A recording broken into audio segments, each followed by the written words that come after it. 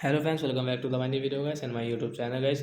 Today friend, we are going to talk about guys sound and vibration setting, and today we'll try to tell guys how to mute Samsung phone. Friends, you want to mute guys your Samsung phone. So man, how can you mute today friends? I will show you. I will tell you in this video guys. So before starting video friends, first of all go and subscribe the channel guys, click the bell icon and like the video. So friends, now let's see how can we mute guys Samsung mobile. First of all guys, open your phone setting guys. After on phone setting guys, you can see guys your Samsung phone sound and vibration setting. So we will click on my phone sound and vibration.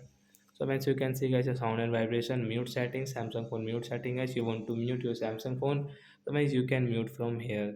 So once you can see temporary mute guys, you can see this notification. You want to on and off, you can on and off for, and guys you can see mute for 1 hour 2 hour custom you can use from here guys.